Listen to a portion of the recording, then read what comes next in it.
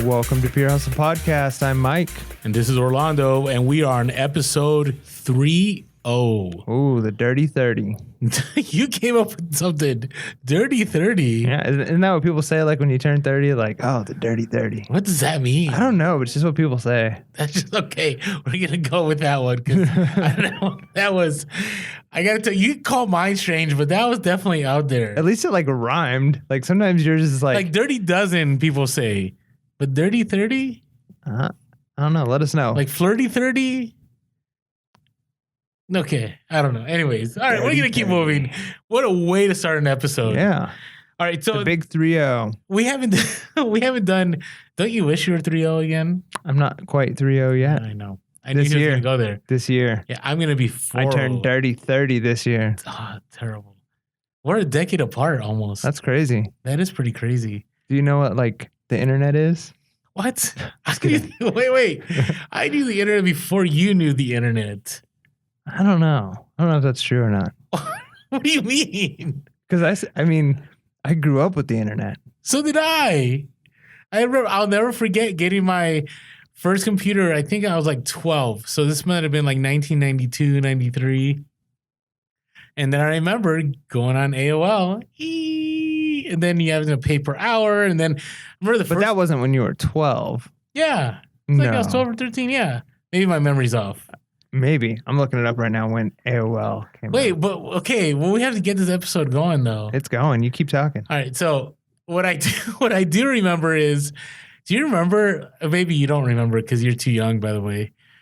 But I got a what was it? A Packard Bell computer, and it was 1 gig, and it cost like 1 gig of hard drive. 1 gig. Okay, my phone. That's huge back then. I know my phone has like 32 or whatever. No, more than that. It was like 64. I had another phone that had 128. It was like $3,000. Yep. I remember when I was in high school, my computer had 70 gigs, and I thought it was huge. That was back in the day. You know what's funny is when I watch these old school movies with my son. I mean, old school is from the 90s, and it's all about like espionage or spies. And they go into these rooms where like they're spying on people, and the monitors are like these massive, huge things. You're like, wow, like that's surveillance? Like that's crazy. So anyways, all right, going down memory lane. Okay, tell me about AOL. You just looked it up. Did you find it? Yeah, like it says they started with email addresses in 1993. Okay, so maybe it was my sophomore year in high school. So sophomore year would have been like around 94, 95. Okay, so all right. Anyways, what I'll never forget is being in the computer lab in school, and I remember and playing Oregon Trail. We did a little Oregon Trail. My first games were Where in the World's Carmen Sandiego, Math Blaster, and I don't remember what else, but I remember I loved the computer lab. 1, because I got to play computer games. 2, there was a cute girl I flirted with the entire time in computer lab. But then I remember looking at the screen, and I remember it would like digitize. And you're just waiting. It's like pixel by pixel. Oh man, think about that. Like we actually sat there and watched screens in front of us develop. It's so weird. And you thought stuff was so fast back then too, right? Like I feel like, especially like, remember when like Napster was around before the whole lawsuit? Yeah, I remember that. And it would be like 5 minutes to download a song, but you're like, sweet, I'm downloading the song. It's so fast. And like now it's like instantaneous. You can listen to whatever song you want. Yeah, no, that's pretty wild. It's crazy, like how fast, and we still complain that things are slow. I actually heard a comedian one time, I'm not sure who it was, but said something to the effect of like, we get so mad at our cell phones because like we push a button and we have to wait like 5 seconds for something to come up. He's like, literally it's sending the request out to space, then it's gathering the information and sending it from space back to your phone. Like, give it a second. Like it's a miracle that can even happen. But you think about that, and we're going to get to reselling here, we promise. But it's also like created like terrible relationships, like with texting.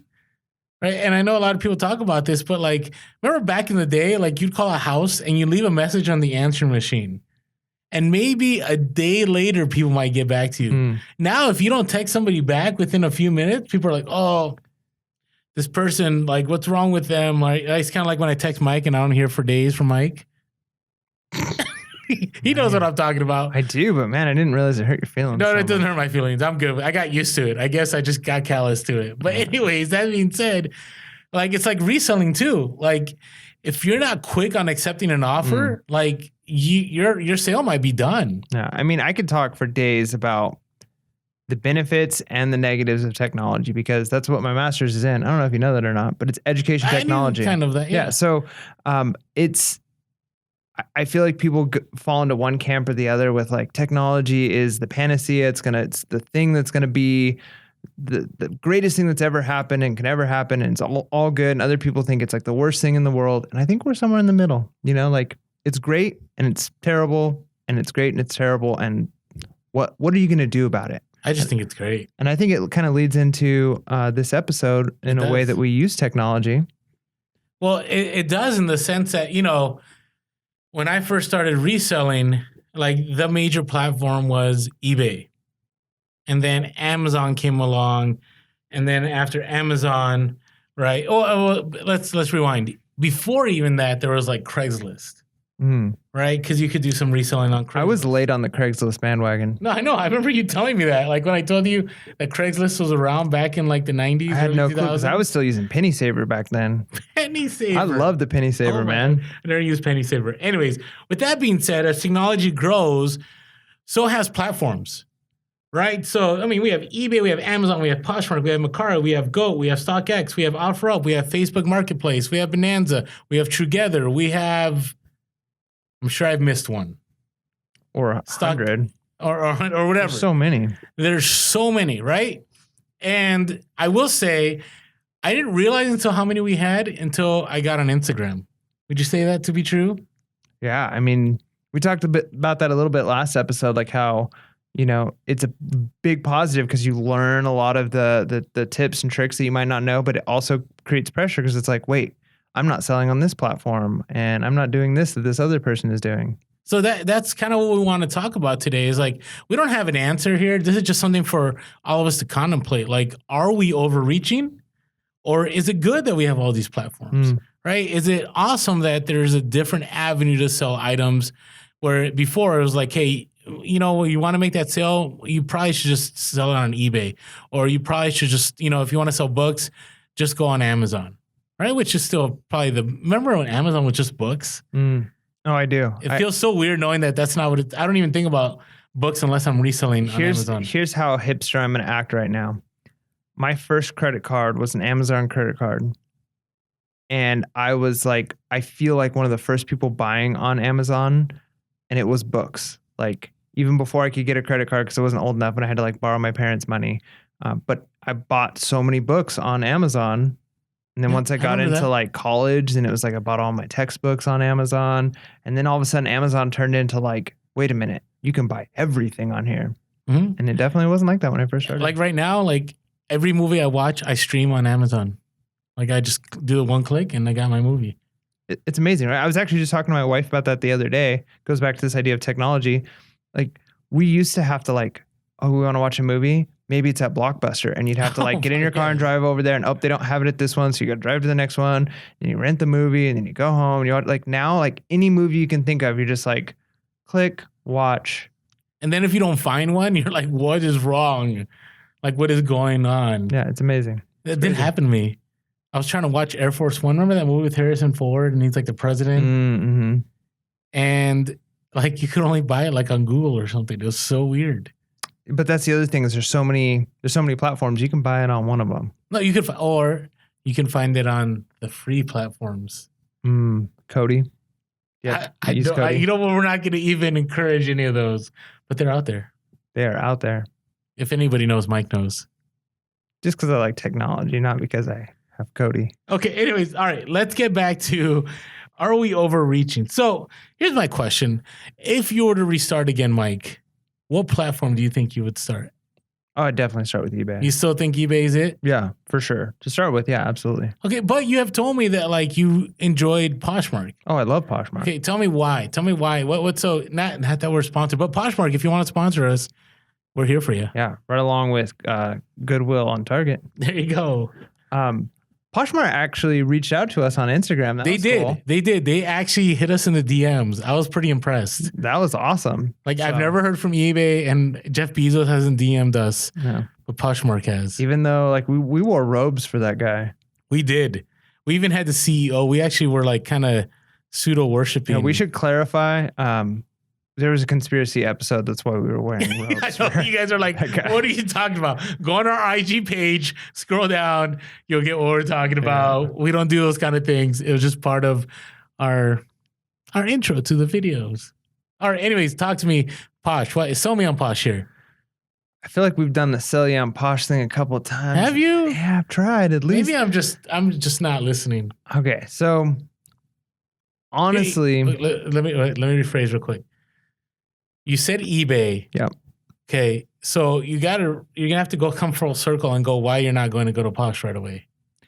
I think one of the things that makes eBay so awesome is literally you can sell anything. Like if you find it, you can sell it on eBay. Now, whether or not you'll make money, it depends on whether you do the research and you got the right items. But you can find something that's, I mean, one of our hustles of the week last week was an expired like eyelash extension thing, right? Makeup. Right, yeah. Right? Like you're not selling that kind of stuff. You're not going to sell a 20-year-old cereal box full of cereal on Poshmark or could on you if Amazon. You wanted to? Probably not. Okay. And by the way, if you're wondering, like I have the Posh app downloaded and have a username, but I've not sold anything on Posh. You also probably haven't listed anything on Posh, right? Well, yeah. Okay. That goes hand in Okay. hand. So you can't say I didn't sell anything on it. That is but true. Okay. So I don't know. So eBay is great because we've talked a lot about Amazon FBA over the last, while. Mike loves it when I talk about Amazon FBA. One of the things though is like you have to, think about how much you stress about the condition of the box of the item that you're shipping to Amazon. No, I know. If there's a scratch or a dent on the box, if the item is perfectly fine, you're going to have an issue with selling it through Amazon, right? Correct. eBay, you just put box has a giant marker on the side of the corner. Still I just new. put box has wear. Yeah. Wear and tear on box, item is still sealed. People don't care. In fact, they, I don't know. I feel like the clientele, the expectations, you can sell whatever you want on eBay. Now, Poshmark, more specialized. Now, they do have a boutique section, which is like makeup and jewelry and stuff like that. But for the most part, I would assume probably 95 to 99% of what's being sold on Poshmark is clothing. So it's more specialized. It's more niche. It's not as broad. So if I was just starting out, I would want to be able to walk to a garage sale or a thrift store and know that there's something I can buy and sell. Whereas with clothing being that specialized, you're narrowing your options. But I also think there's something good about being in kind of a specialized platform. Okay. Like, I've said it before, man. Poshmark, the thing that stressed me out more than anything on eBay was shipping, and it still kind of does at times. Okay, but tell me what stresses you out. Easy. What stresses you out on eBay about shipping? The price per item that you send, unless you know exactly what box it can fit in, is going to be so different. Like, yeah, but one of the ways you could fix that is, and I had to learn this the hard way, and I'm still learning. Like, for instance, today I sold a Department 56 item. For whatever reason, I put medium flat rate box as a shipping method.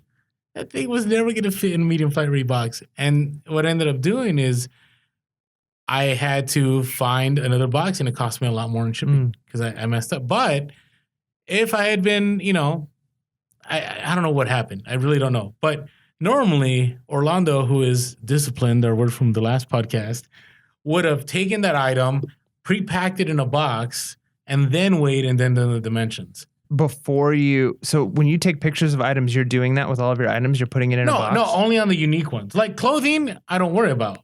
Like all my shirts, all my pants, pretty much all of those are going to go first class. If they're like jeans or like a hoodie or a smaller lightweight jacket, they're going in a padded. If they're a larger jacket, depending on the size, if they're shoes, they're going to go in a medium flat rate. If they're a bigger size jacket or there's some boots or it's something heavier, it's going in a large flat rate. Okay, so you've already, but think about all of those levels that you have right there of how many different box types, and you probably had to learn over time like what fits in what. And I would say probably 50% of the things I sell on eBay or more are those special unique boxes, right? So most of what I'm sending is not going flat rate priority mailboxes. But with clothing items, with Poshmark, you don't have to think about it at all. You can get the biggest, I can get a t-shirt and put it in the biggest flat rate box that I can find, a large one. I can put it in a medium one. I could put it in a flat rate envelope, whatever, anything that's post office, first rate, flat rate, whatever, priority, it ships. So, okay. So explain that to me, because I've heard people talking about that and I just haven't fully understood. So somehow. Before you do that, when you talk about boxes, do they have to say a certain thing? Like, do they have to say flat rate? Do they have to say priority? What does it have to say? I'm not 100% sure, actually. I know I sell it all. We just use the padded envelope. What is that? Like this padded, the one that looks like it's bowl wrapped on the inside. Yeah, that one, or like the other one. We use our own mailers, like our own poly bags. Okay. But even that, it's still, only thing we're paying for is the poly bag. Okay. When the customer buys something on Poshmark, they pay $6.99 shipping. It's built into the cost. You don't put that on your cost. You put your item cost. They know when they buy, they're paying $6.99 shipping. Is there such thing as free shipping on Poshmark? You can offer somebody discount or free shipping, but then you cover it. Okay, so there has to be some negotiation. But that's the thing with Poshmark is most of the time there's not. Most people know, it's just built into it. They just recognize, like, kind of, I mean, in the same way that people are expecting free shipping from Amazon, 2-day Prime, people just understand when I buy something, it costs $6.99, which actually encourages bundles, which if they put 3 items together, I think you can do 2 or 3 item bundles or more, then all of those ship and they only pay that $6.99 once. So that encourages people to buy 2 or 3 things from your store. Okay. All right. So again, going back to the box. So as long as it's a post office box? A post office box, it ships for free. Under 5 pounds. If it's over 5 pounds, then you have to pay a little bit more. So all you do is you go to Posh. You don't have to wait. You just hit the print. Print, and boom, the print, and you put it on there. Yeah, they've got a deal with the post office. So you can send it in a mailbox that normally costs, $12.99 or whatever it costs to ship. Or you can send it in the poly bag. You can send it. It doesn't matter what you send it in, as long as you stick that sticker on it. It goes. And the post office doesn't give you a hassle? Like, nope. You come in with a flat rate box and they're like, why is there this Poshmark tag for $6.99 or whatever? Poshmark has a deal with them. I don't know how they did it, but as long as it's under 5 pounds, $6.99 to ship. Huh. Okay. So whereas you would have to pay, like, how much is it to ship boots or shoes or something? Okay, let's say just a regular pair of shoes, right? Right. If they're like men's shoes, usually this is the way I do it. Not everyone, I know there's other ways you can do regional boxes, but let's say I'm sending to the East Coast, I'll usually go with a medium flat rate box. How much does that cost? It's about $12.99. Okay, if you sold those on Poshmark, the customer would pay $6.99 to ship. You'd stick that on the thing. You wouldn't have to pay anything, and it would ship as long as they're under 5 pounds. Really? So the customer would only have to pay $6.99? Yep. That is interesting. Well, customer pays $6.99. You don't even have to think about it. You print the label, you stick it on whatever box you want, and you send it out the door. Okay, so here's my question, though. Seems like you like Poshmark a lot, but where do most of your sales come from? We have more items in our eBay. Okay. But I would say every time something sells on eBay, there's excitement, and then there's oh my gosh, this is going to take forever to pack, and then to print the labels, and then to weigh it. It probably takes like 1/10 of the time to pack and ship Poshmark. So if time is money, we're saving a lot of money. Really? Okay. All right. And so you're recommending, you would say cross-posting is a good thing. Yeah. I mean, we're cross-posting Poshmark and eBay, but those are the only 2. I think there's been a couple of times we've been a little bit stressed out. Okay. Like, oh no, did we take that thing off of eBay or did we take that thing off? Well, that's the other thing I'm thinking about. So I'll give you a story. So, I've talked about Bonanza. Have you tried Bonanza at all? Haven't, no. Okay. So we talked about this before. Bonanza is another platform where you can import all your eBay items. But the issue lately has been, like, you might sell it on Bonanza and might not come off of eBay. It used to do that. It maybe still does. I just had a few instances where it didn't. Or it'll sell on eBay and it won't come off of Bonanza. So things were really busy this Q4, I had a jersey sale on Bonanza. And here's the thing on Bonanza, most of my stuff sells full price. Hardly ever do I get an offer. So it's been kind of nice. But it's only like 1 or 2 sales a month. But this jersey sold and I forgot about it. Oh. I mean, I think I went 2 days without even thinking twice about, I need to pull this jersey. I need to pack it. I need to ship it. Right. And so that's the other thing. Like, is it possible to overreach when you have too many platforms? Some things get left behind. I mean, have you had any of that experience with just doing the Posh and the eBay? Not in the sense of like we forgot to pack something, but there definitely has been times where we weren't sure whether we took a listing off of one or the other. And if something, because we've had stuff that's similar. And so we'd sell it on eBay and it'd be like, oh, sweet, the Tupac shirt sold, right, on eBay. And so we go to start looking in the bin where it's at. And we're like, wait a minute, didn't the Tupac shirt sell on Poshmark like a month ago? Like, yeah, I think it did. See, that feeling, I've had that feeling.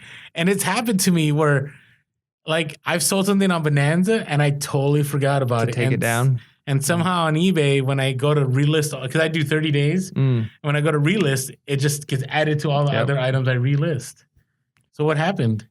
Luckily, we had two Tupac shirts. Two Tupac shirts. Yeah. So it was good. We didn't sell the one that they both sold, and so we were good to go. But yeah, I mean, there's definitely a little bit of stress there, but I think it goes back to word of the year, discipline. Like if you've got a system, I think you'd be okay. I definitely think 2's manageable, but I don't know. What about you? What is 3 a thing? Well, okay, so we're not gonna go all the way to is 10 a thing? Is 15? But I don't know. Here's what I'll say. So I did do Mercari back in the day, right? And we tried Mercari for a little bit. And I think it all depends on what you're trying to sell, right? So Renzi now, I always destroy their name, but they're on Instagram.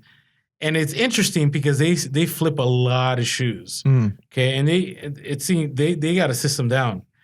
So what they end up doing is they always end up like, they will either like drive out. So they're Renzi now, RNZYNOW. They're on Instagram. Awesome people. You should check them out. And it's interesting. They do OfferUp. They do Facebook.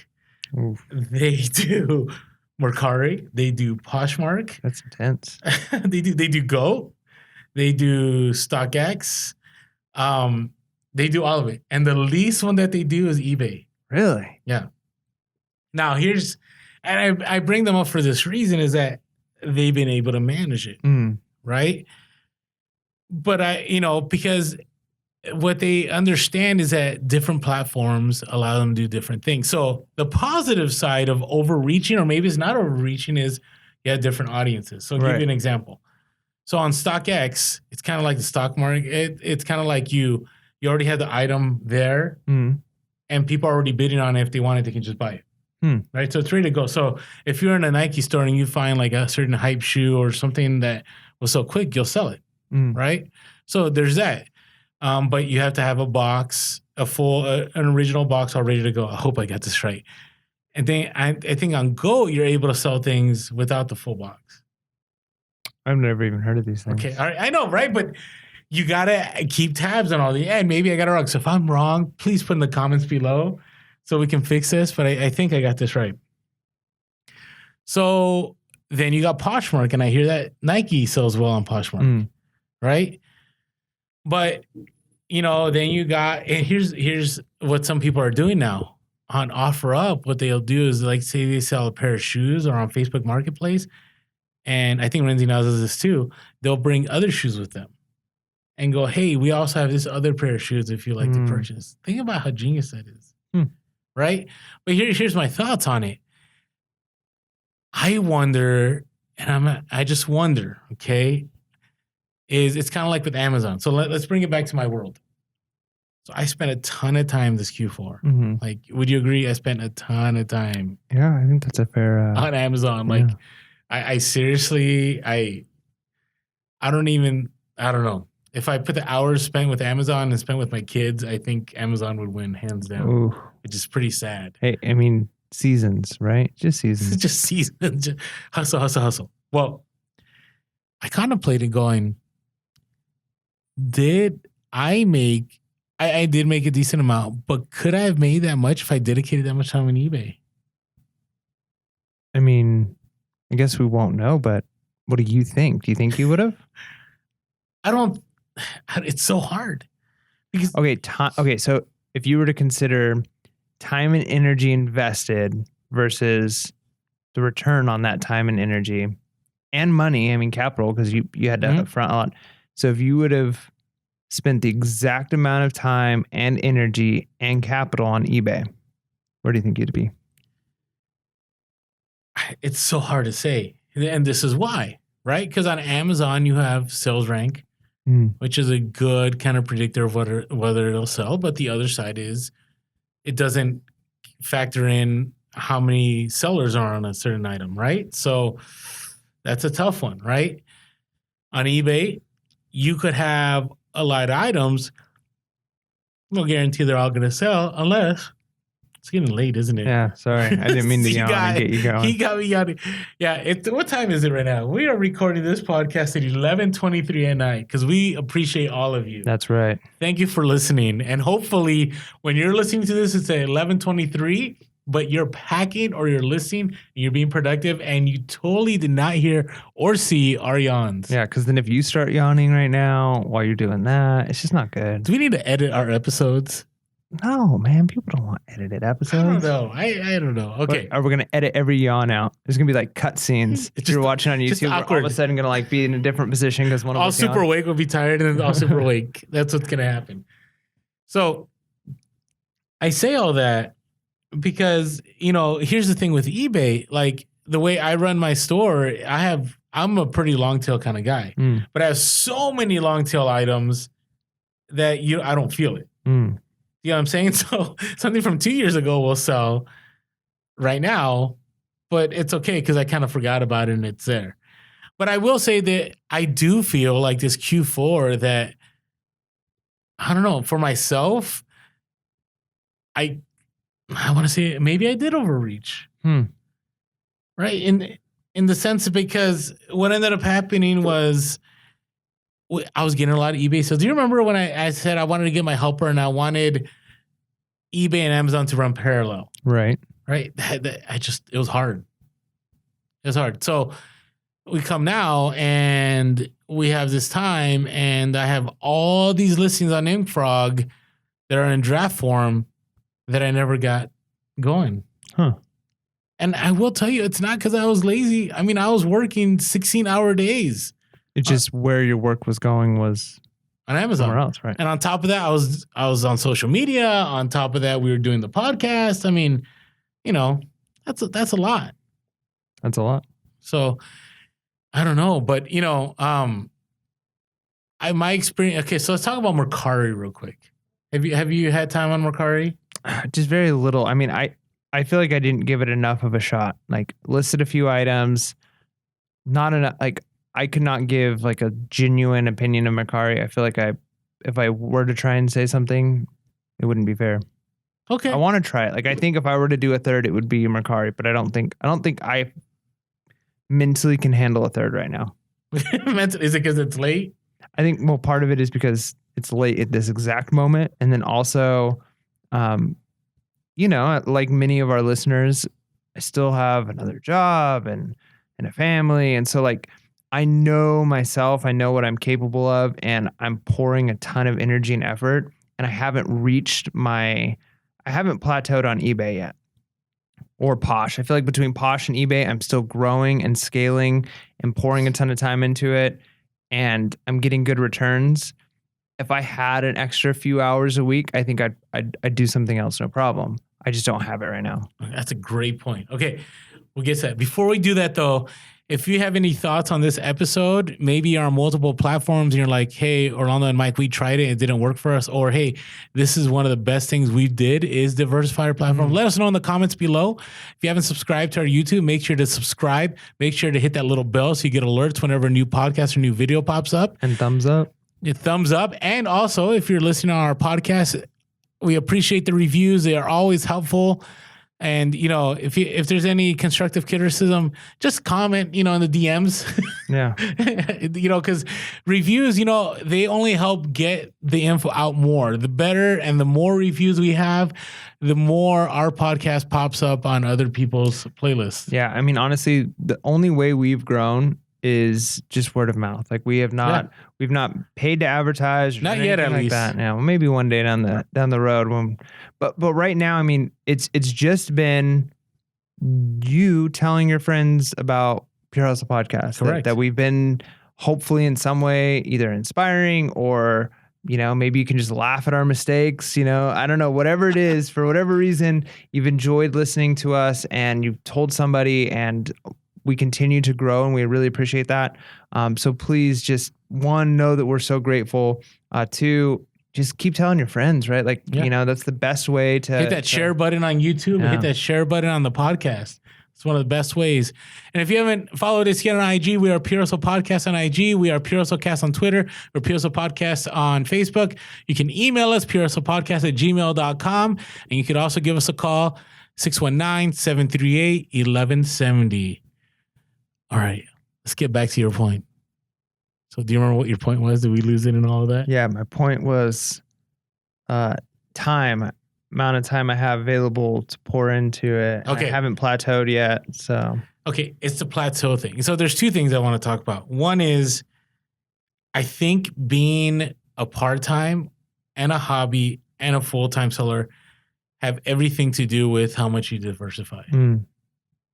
I mean, do you get what I'm saying? I do. Because when I was doing part-time, it wasn't like things weren't super, like, I guess, bottom line as far as like, hey, I need to make sure this happens, right? So I had some time. If I wanted to experiment a little bit with Mercari, I could. When I wanted to experiment with Amazon, I could, and so on. But when I went to full-time, I had to make sure that my resources were in the place that worked the best for what I needed. Do you get what I'm saying? Yeah. So, that's one of the things I've been kind of figuring out these last few months, right? Is it, my model this last year was 70% Amazon, 30% eBay. And now after this Q4, I'm kind of like, maybe those numbers need to shift a little bit. Like how much?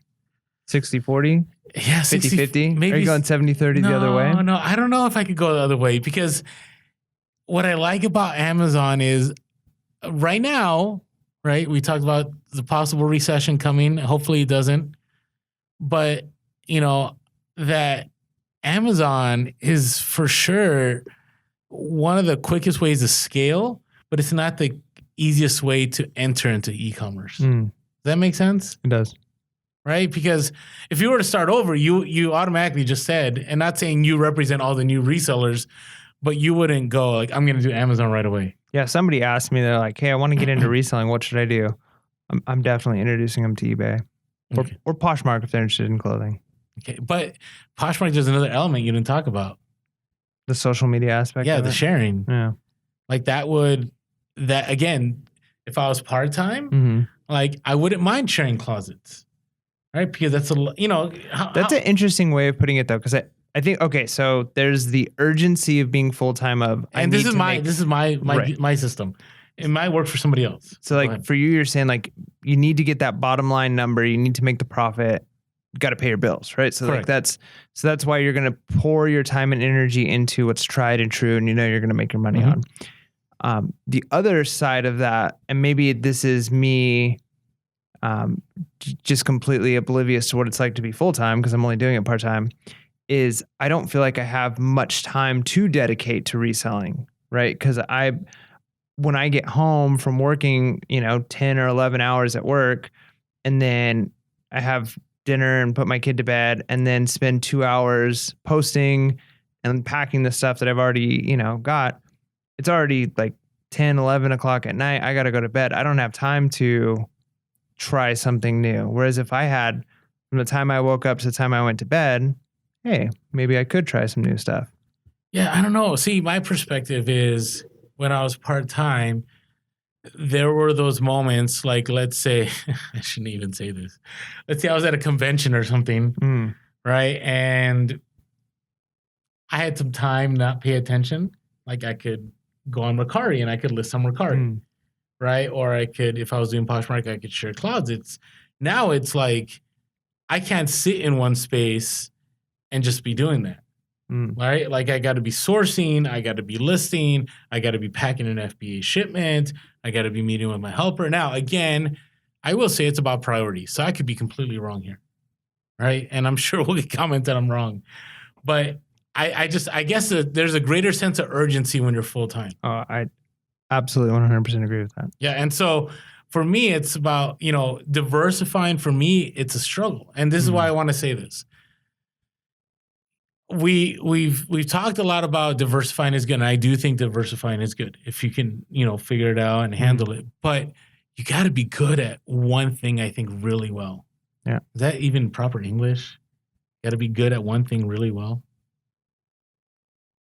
How about you just really good at one thing? There you go. All right. There you go. I just wanted to emphasize it. No, I think that's a great point. I feel you need to be as close to an expert as you can be in one particular field and then lightly branching out into other things. Right. Okay.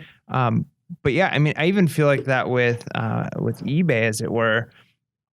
I haven't found my thing yet, but it's good that I'm diversified and I know a lot about a bunch of little things. Like I know a lot of brands now for shoes and clothing and electronics, and I know a lot of brands, but I feel like I miss so much because if I was more specialized, I mean, we've talked a lot about like me selling china or different dishes, right? Mm-hmm.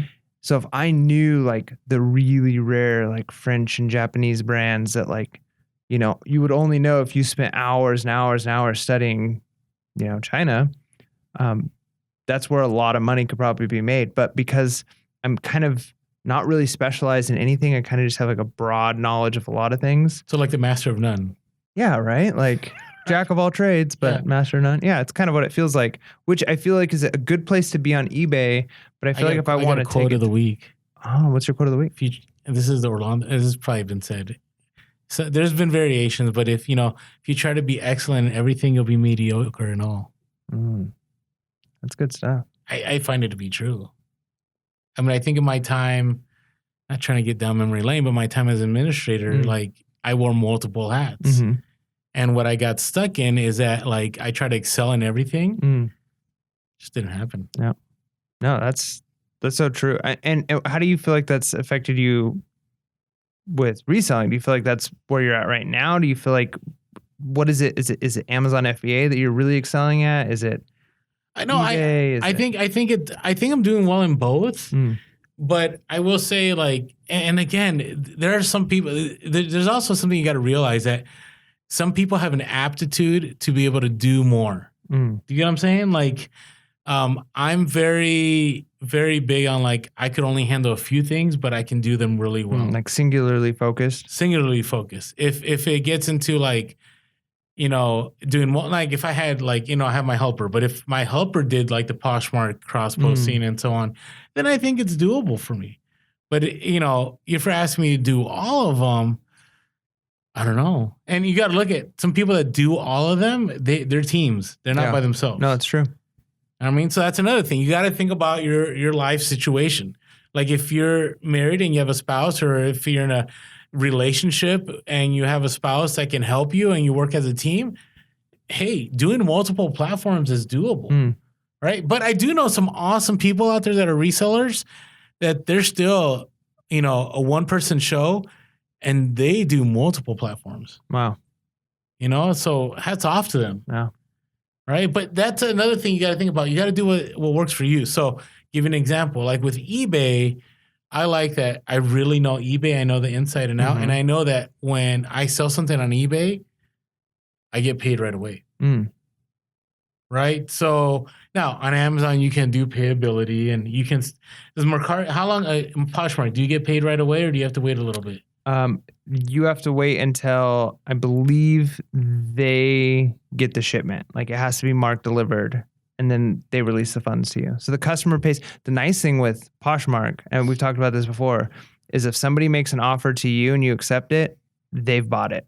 Like Their PayPal account is already hooked up. The moment so even before you submit an offer, it says on there, like, you are prepared to purchase this for this price. If they accept it, like, you are paying for it. You don't have a choice. It's not like after they accept. I'm still at a loss of why we can't do that on eBay. Yep. Still at a loss about that. So, so I say that because this is one of the things I didn't like about Mercari. So Mercari, and we're gonna circle back to this, but what happened when I did Mercari was I would sell something and I'd have to wait till the person got it and they had to give me a review, and then the money would transfer. Right? With what I liked about eBay was awesome was like, I sell something for $200, I get paid. That's capital I have for that day to buy more. Right? I'm not waiting. Now, if you're diversifying, it's all good, right? You got your eBay payout, you got Mercari, you got Poshmark, Amazon, and maybe it's all spread out and you're all good. Right? But you got to think about, what model is best for you, right? So I'll never forget, years ago, somebody approached me. They came into my office and they said, Orlando, I know you do a lot of eBay, but why don't you do Amazon FBA? Right? Because I know that right now, like, you don't have enough storage for all your stuff. You're kind of running out of storage. If you did FBA, this model will work for you. And you know what? I didn't listen right away, as Orlando usually does. And I waited, but it did. It worked for me. You know what I'm saying? But, for other people, let's say you're out in a certain region that it's hard to go RA or to get OA or whatever it is, like, Amazon may not be the beast for you. So I don't know. The overreaching is, I don't know if we can call it overreach. Maybe it's not overreaching, right? Maybe it's not about, hey, how many platforms can I sell on? It's how many platforms work best for my situation at this point in time. I think that's key. I think overall, and part of it is going to be trial and error, right? Like, one of the things that luckily has been fairly common in, like, recent motivational speakers and stuff is this push and emphasis on don't be afraid to fail. It's okay to go out and try and fail and learn and grow. Especially if you're part-time right now and you're thinking like, hey, I might want to go full-time in the next year, 2 years, 5 years, whatever your timeline is. Now's the time to try and fail within reason. Obviously, don't give up everything, but see, is 3 platforms good for me? Is 5 platforms good for me? Is it clothes? Is it electronics? Is it a combination of both, right? Figure out what works best for you, for your lifestyle, for your family. And eventually you're going to get into the groove, and it's probably not going to be the same thing as any other reseller. Like, there might be similarities, but if I was doing everything the exact same as Orlando is doing everything, it probably wouldn't work the same way for me, right? Like, I'm starting to figure out what works for me. And I think everybody has to do that for themselves. Well, and that's something I've seen some awesome resellers talk about on IG is that, as somebody had said that before they got on IG, and I talked about this last podcast, they knew what they were doing. Then they got on Instagram and they saw all these people selling on multiple platforms and doing this and doing that. So they tried to emulate that. And then they noticed that they were a lot more stressed out. They noticed that, they weren't getting the same kind of income. They noticed that, it was too much for them to juggle. And so they actually got off on Instagram and they're like, I'm just going to do it my way. Right. And so that's something you definitely need to ponder. Right. Because I agree. I get people all the time and I appreciate it. But, telling me, you should try this, you should try that, you should try this. I think there's some things that completely, I should have gotten rid of my inkjet printer a long time ago. Okay, I'll admit that. Okay, that was a fail. But, for me, eBay has been consistent sales, right, along with the Amazon, and it's been good enough for me to pay bills and to build some capital. And so, will I do Poshmark? I'm still up in the air. And the reason I'm up in the air is just because,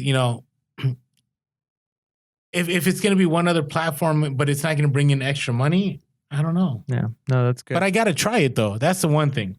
I do need to try it because I may be missing out. Yeah, might be. And then the flip side to that coin of, figuring out what works best for you is don't use that as an excuse, though, either. Like, don't look at it as, well, this is just this is all I'm capable of. Oh, 100%. Like, don't act or don't think that, well, I can't do what this other reseller is doing, or figure out what works for you, but don't sell yourself short. Like, if another person is capable of bringing in the amount of money that you want to bring in, you're capable of it. Your model might look different than theirs, but don't sell yourself short and say, well, I'm just not capable. Like, you're capable, you can do it. The amount of work and energy you're going to have to put into it. Cause we've talked about it before. Like, there is luck. You do see occasionally somebody gets lucky and here and there, but 99% of the time it's just hard work, And so I would say 100% of the time. Well, yeah. You land on the opportunity. Yeah. No, at 99.999. All right. Well, we'll agree there.